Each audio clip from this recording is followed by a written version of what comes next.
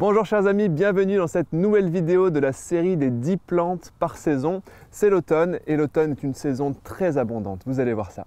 Vous êtes sur la chaîne YouTube du Chemin de la Nature. Nous sommes un organisme de formation, une équipe de 35 personnes à vous transmettre des connaissances rigoureuses, ludiques, sourcées et pédagogiques.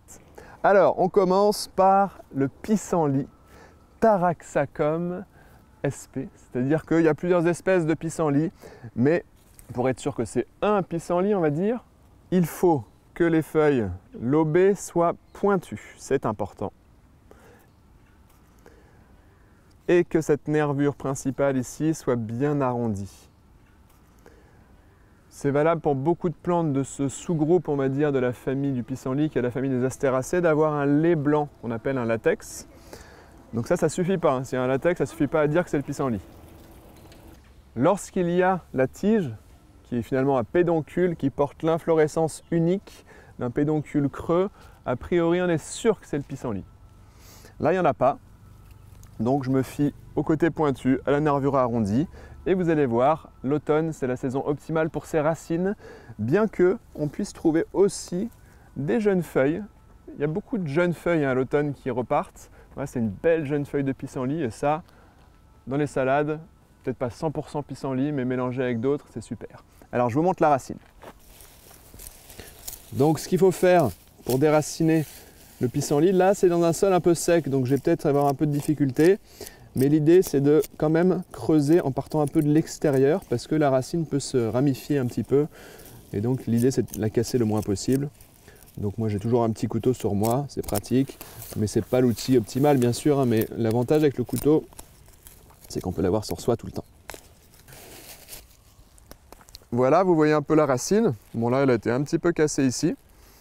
Donc il y a du lait, il y a du latex également dans la racine. C'est une racine bien tendre, pas du tout fibreuse, hein, même plus tendre qu'une carotte. Ça fait partie des critères aussi pour identifier le pissenlit. La racine de couleur beige sur l'extérieur. Donc là, c'est vrai que les feuilles un peu vieilles, elles sont pas optimales, donc je prendrai que les tendres du centre. Et cette racine, je vais vous en parler un petit peu, vous pouvez la couper en petits morceaux, la faire revenir à la poêle, c'est un bonheur. Et il faut la faire revenir pas juste 30 secondes, il faut la faire revenir 20 bonnes minutes, la faire colorer. Et là, ça va avoir un goût entre la frite et le topinambour, je trouve, ou le salsifis. C'est un peu aromatique, c'est trop bon, goût de frites, même les enfants ils adorent. Si vous trouvez ça trop amer, c'est que vous ne l'avez pas fait assez cuire.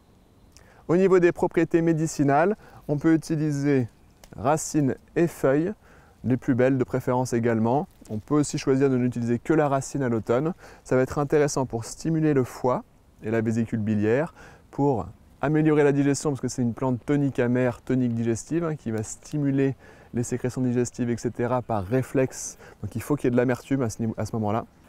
Et c'est également une plante diurétique, hein, d'ailleurs dans son nom pissenlit, il y a pissenlit, ça vient de là. Voilà pour le pissenlit, c'est parti pour la prochaine.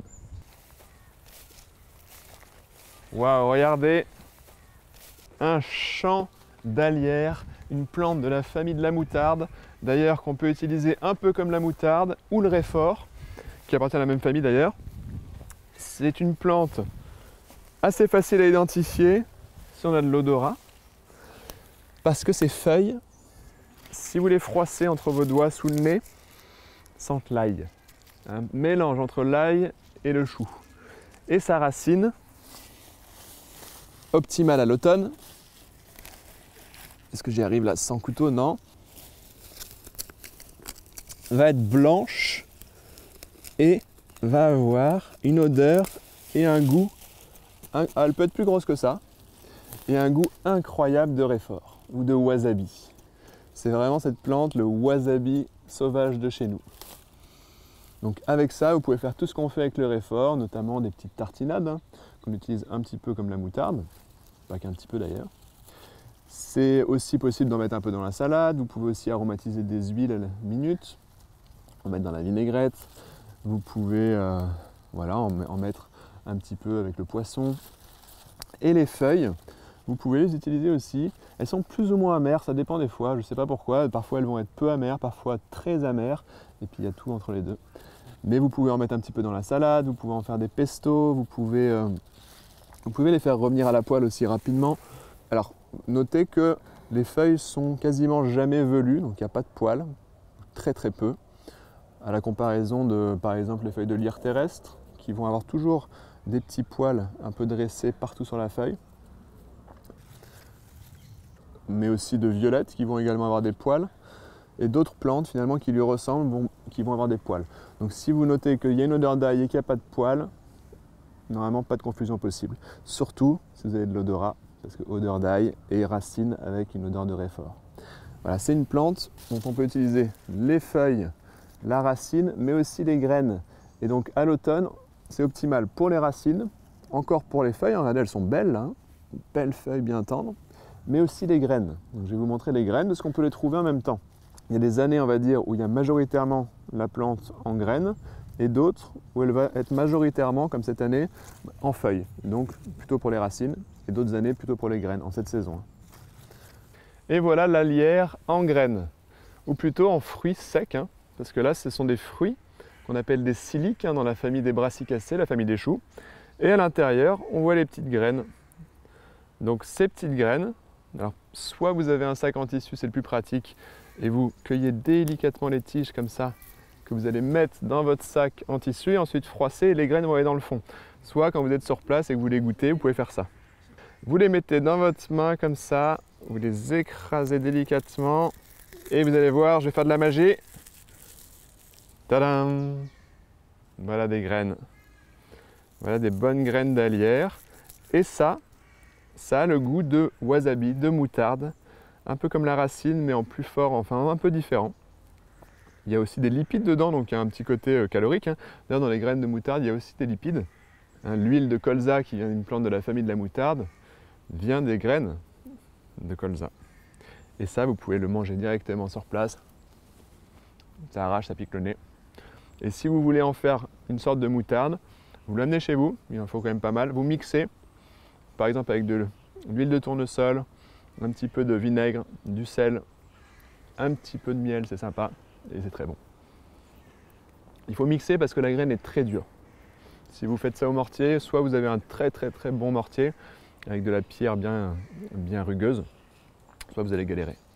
J'aime bien aussi le mixer avec de la sauce soja pour faire des sauces type dans les japonais. Hein. C'est-à-dire que moi j'aime bien mélanger le wasabi avec la sauce soja et tremper mes makis. Dites-vous juste que si vous en mettez comme ça juste dans les salades, etc., ce sera perdu à 90% parce que si vous croquez pas la graine, eh ben, elle ne passe dans le tube digestif, elle se retrouve aux toilettes. Alors la lierre, c'est une plante qui va être utilisée aussi en médicinal pour tout ce qui est affection respiratoire, gorge irritée, extinction de voix, pharyngite, bronchite, etc. Vous pouvez l'utiliser par exemple sous forme de sirop, c'est idéal comme ça parce que cette plante va être plus efficace utilisée fraîche. Donc vous pouvez utiliser feuilles, vous pouvez utiliser racines et feuilles, tiges, fleurs quand c'est en fleurs, et l'infuser, une infusion bien concentrée de plantes fraîches. Ensuite, vous filtrez, vous mettez du sucre, vous faites bouillir à nouveau 10 minutes, vous mettez dans les flacons et vous avez un sirop. Si vous voulez que ce soit un sirop médicinal, il faut mettre beaucoup de sucre. C'est 1,8 kg de sucre pour 1 litre d'infusion pour qu'il soit stable. C'est-à-dire que vous puissiez le conserver à température ambiante et même longtemps après avoir ouvert le flacon. Sinon, une fois que c'est ouvert, ça se consomme rapidement. Donc plutôt dans des petits flacons et à mettre au frigo. Voilà pour la lierre, on passe à la prochaine plante. Je ne pouvais pas m'empêcher de vous parler du lierre terrestre, une plante que j'adore et qu'on trouve toute l'année. Donc j'en ai parlé dans la vidéo du printemps, j'aurais pu en parler dans la vidéo de l'été, je pourrais en parler dans la vidéo de l'hiver.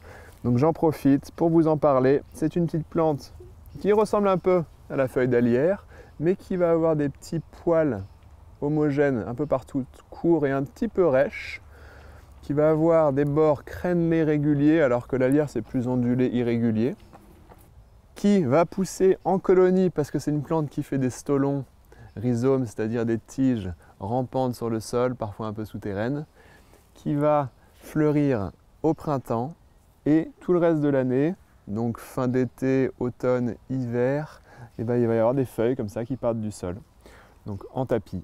Il y a une odeur incroyable, j'adore, qui rappelle un mélange entre la menthe, les agrumes, le sous-bois, un côté un peu musqué aussi. C'est une plante délicieuse, vous pouvez l'utiliser en cuisine, en sucré, en salé et l'utiliser pour tout ce qui est bronchite et aider à cicatriser également. Voilà pour le lierre terrestre, une plante à connaître, excellente, très commune, très abondante. Régalez-vous bien de cette plante.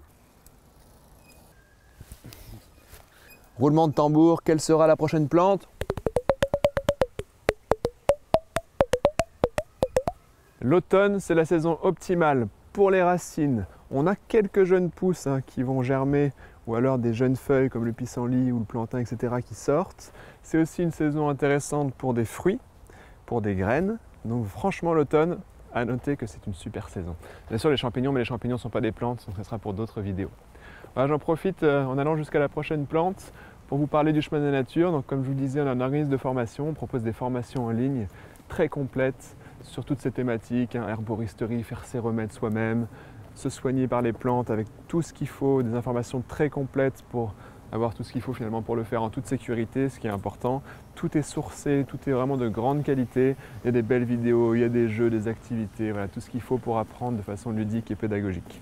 Voilà, on propose aussi des ateliers sur le terrain. Toute l'année, qu'il pleuve, qu'il neige, qu'il vente, on est dehors.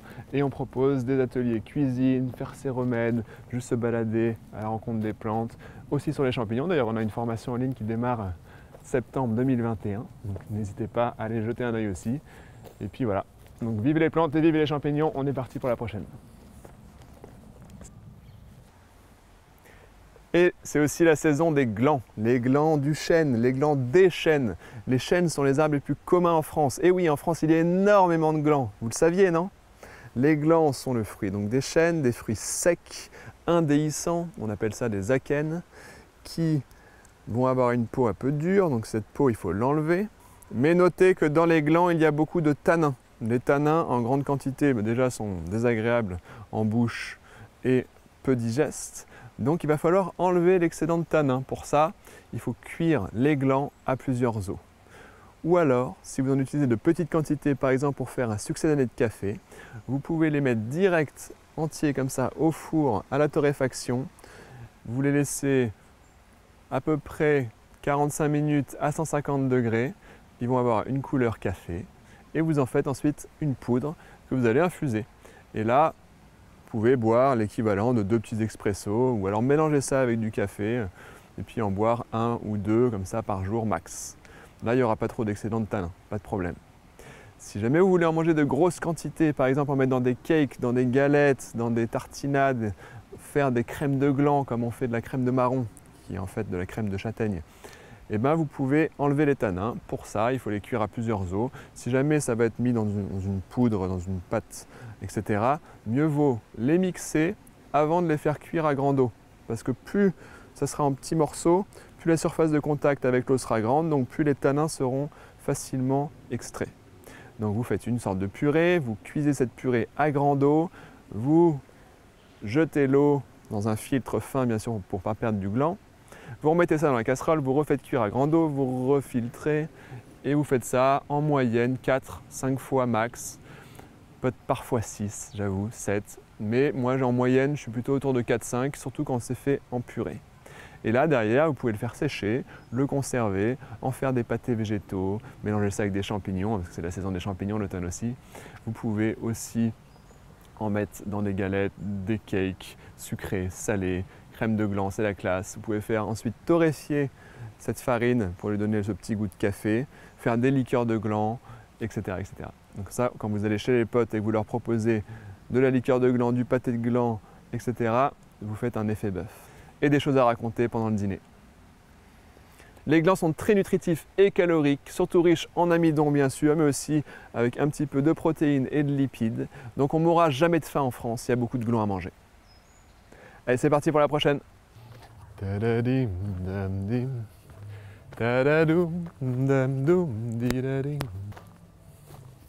Oh, un noisetier. Oh, un tilleul. Alors on connaît beaucoup de fruits riches en lipides qu'on appelle des fruits oléagineux, donc assez communs comme les noisettes, les noix de saison en ce moment, donc vers le mois de septembre. Mais ce qu'on connaît moins, ce sont les fruits de tilleul qui contiennent une graine riche en lipides, quand vous voyez ça, cette espèce de feuille qui en fait est une bractée parce qu'à la base d'une inflorescence ou d'une infruitescence, c'est que c'est le tilleul, c'est typique. Donc à l'intérieur des petits fruits secs, vous avez une ou deux graines riches en lipides avec un petit goût d'amande, très sympa. Donc quand vous avez le coup de dent, quand vous maîtrisez, vous pouvez en manger pas mal en peu de temps. C'est très bon, c'est calorique.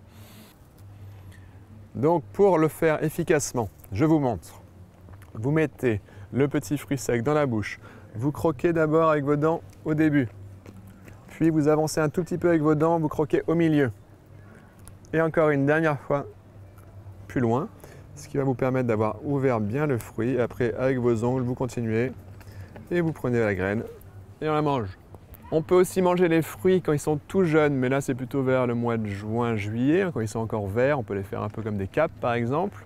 Et on peut manger les feuilles quasiment toute l'année, donc encore à l'automne, avant qu'elles ne tombent bien sûr, parce que c'est un arbre à feuilles caduques qui vont tomber. Bien sûr elles sont optimales au printemps, mais c'est quand même comestible plus tard. Voilà pour le tilleul, on est parti pour une prochaine plante.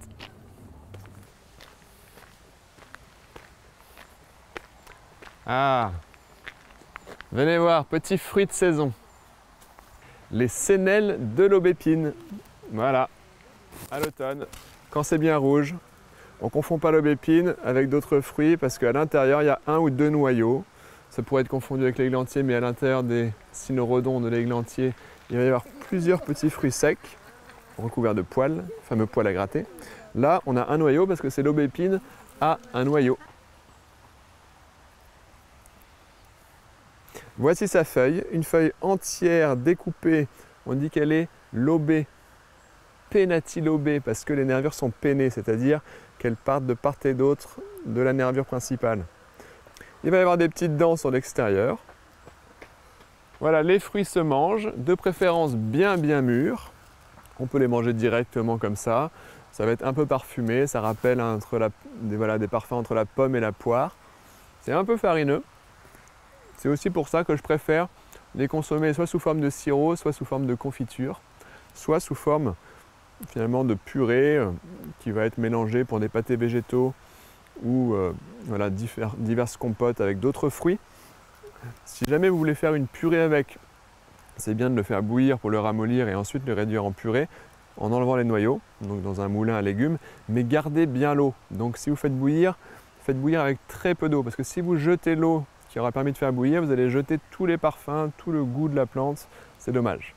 Au niveau des propriétés, c'est utilisé traditionnellement pour les problèmes de cœur, donc petite tachycardie, petite palpitation, mais aussi pour le stress et aider à dormir. Il y a plus d'études scientifiques faites sur les fleurs, mais traditionnellement, on utilise les fruits également, qui vont avoir d'ailleurs des molécules en commun avec les fleurs.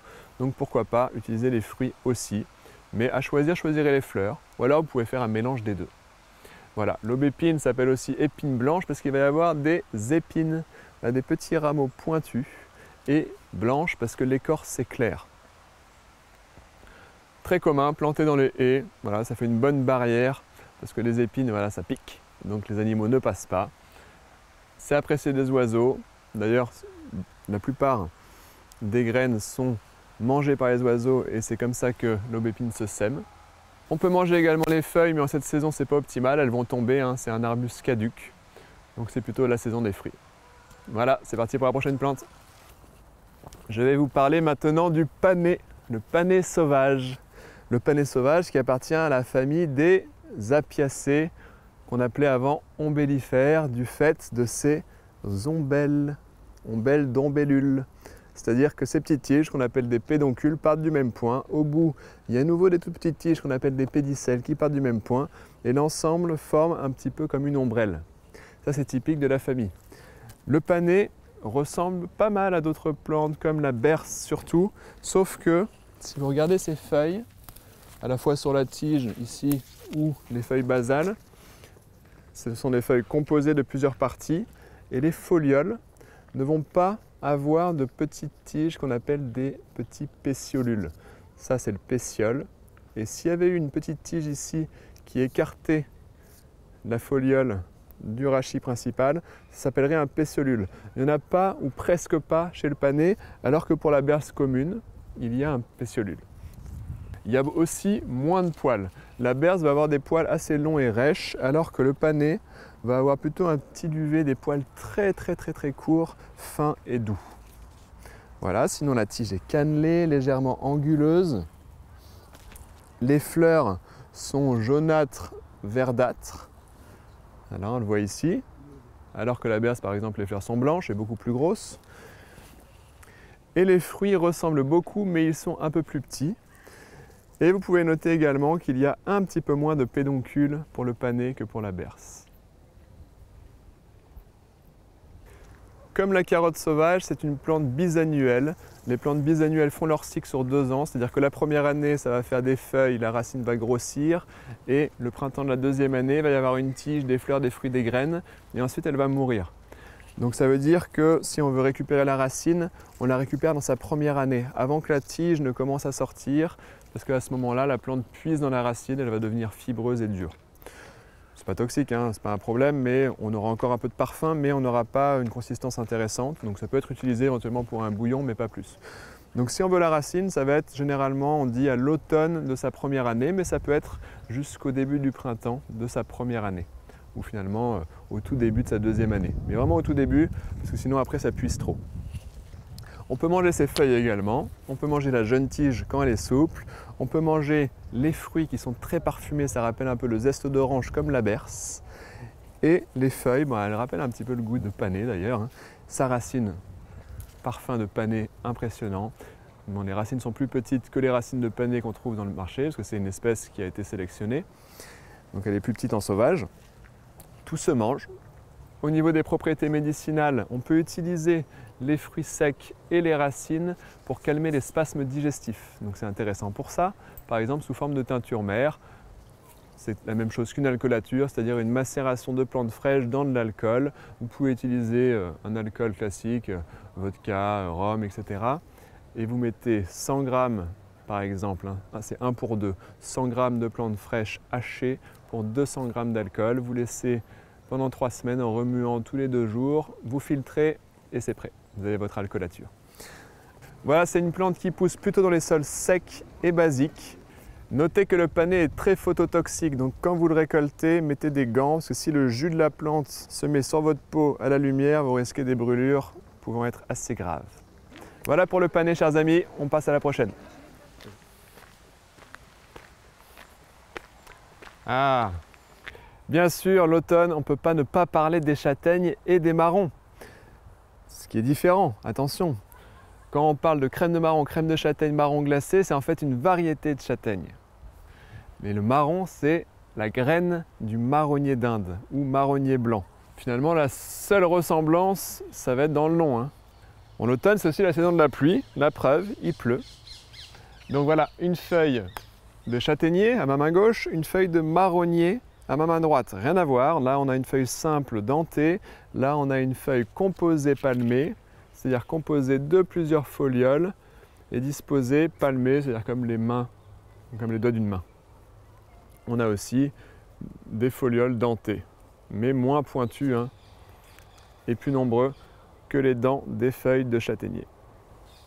On a aussi des différences par rapport à la bogue. La bogue de marronnier va avoir quelques pics, mais des gros pics, alors que la bogue de châtaignier va avoir beaucoup de pics. Voilà, beaucoup de pics, beaucoup plus longs et fins. Vraiment rien à voir. Hein. Concernant le marronnier, on utilise ses graines quand les marrons tombent, donc au mois de septembre environ. Octobre, c'est encore bon, mais il ne faut pas trop attendre non plus parce que pluie plus soleil va abîmer les molécules de la graine et donc ça fera que ça sera moins efficace au niveau médicinal. Donc c'est utilisé en externe uniquement de préférence pour tonifier la circulation sanguine. C'est un tonique veineux. Donc on peut l'appliquer au niveau des jambes par exemple, enfin, là où on a envie de tonifier la circulation sanguine. On peut aussi l'appliquer sur les hémorroïdes. Donc on fait soit des décoctions par exemple, c'est-à-dire qu'on coupe des petits morceaux des graines en gardant la peau de la graine marron et on fait bouillir 10 minutes environ. On laisse refroidir, on filtre et c'est ça qu'on va appliquer. Ou alors on peut faire des purées ou faire de la poudre et l'appliquer en cataplasme sur les hémorroïdes. Ou encore faire des alcoolatures, c'est-à-dire faire des petits morceaux de marron frais, macérés dans de l'alcool, donc environ 1 pour 2, c'est-à-dire 100 g par exemple de marron frais dans 200 g d'alcool. On remue tous les 2 jours, on filtre au bout de 3 semaines environ et on a ce qu'on appelle une alcoolature. Cette alcoolature, on pourra la diluer pour l'appliquer en externe. Donc on la dilue, par exemple, on met 3/4 d'eau et 1/4 d'alcoolature. Voilà, donc pas de crème de marron avec le marronnier d'Inde, c'est pas bon et c'est un peu toxique en plus. Le châtaignier, quant à lui, fait des châtaignes. Ce qu'on mange, c'est le fruit, un fruit sec. La différence, c'est qu'il va y avoir le petit reste de l'organe femelle au bout, une espèce de petit plumeau. C'est plus plat, c'est très bon, hein, ça vous le savez. Un crème de marron, vous pouvez les faire juste griller à la poêle, au four. Vous pouvez les faire en conserve, genre Bocaux le Parfait, avec un petit fond d'eau et là vous les conservez comme ça longtemps. Un vrai régal, c'est nutritif. On a des forêts entières presque de châtaigniers en France, même en Île-de-France. Donc n'hésitez pas à aller faire votre cueillette en même temps que les champignons. D'ailleurs, il va y avoir une formation champignons bientôt et on propose des balades sur le terrain sur les champignons et on fait souvent un mélange plantes et champignons, mais parfois 100% champignons. Le moment optimal pour ramasser les châtaignes, c'est septembre-octobre, mais tant qu'elles ne se font pas manger ou qu'elles ne pourrissent pas, moi j'en ramasse parfois au mois de décembre, janvier, même février. Même quand elles commencent à germer, on peut les ramasser et les manger. Voilà chers amis, c'est parti pour la prochaine plante. Et n'oubliez pas de vous abonner à notre chaîne YouTube si vous voulez être informé des prochaines vidéos et bien sûr pour nous soutenir. Et voici la berce commune dont on peut utiliser les fruits. Là ils sont frais. Là, ils commencent à être un peu plus à maturité et ils vont devenir secs d'ici peu. Il y en a déjà qui sont secs au mois de septembre, même un peu avant. Et ils vont être là, présents, septembre, octobre, novembre, décembre, voire même plus tard. Ils sont délicieux à tous les stades, qu'ils soient verts ou complètement secs. Donc comme je vous disais avec le panais, les poils sont plus longs, un peu plus rêches. Les feuilles composées également vont avoir des pétiolules. On peut trouver également de la berce au stade de feuilles et dans ces cas-là, on peut utiliser ces jeunes feuilles, les repousses d'automne et les racines qui, elles, vont être piquantes. Elles vont apporter un petit côté poivré, pimenté à vos repas. Vous pouvez les faire à la poêle, vous pouvez les râper crus, vous pouvez les mixer pour faire une huile piquante, etc. Voilà, c'est également une plante qui va être utilisée pour la digestion, surtout les graines. Et aussi connue traditionnellement pour donner un peu d'énergie, la pêche, pour être fort comme Hercule, parce que son nom scientifique, Heracleum, vient de Héraclès, Hercule. C'est également une plante phototoxique, donc attention quand vous faites votre cueillette à ne pas vous mettre de jus sur la peau à la lumière, vous risquez des brûlures. D'autant plus si c'est la berce du Caucase, une autre espèce qui, à la différence de la berce commune, aura des feuilles dont le pétiole n'aura pas cette rigole. Et sur le dessus des folioles, il n'y aura pas de poils pour la berce du Caucase. Donc pas de poils sur le dessus des folioles et pas de rigole. S'il n'y a pas de rigole, ça rigole pas. C'est peut-être la berce du Caucase et il faut s'en méfier. Voilà chers amis, pour la berce commune, c'est parti pour la prochaine.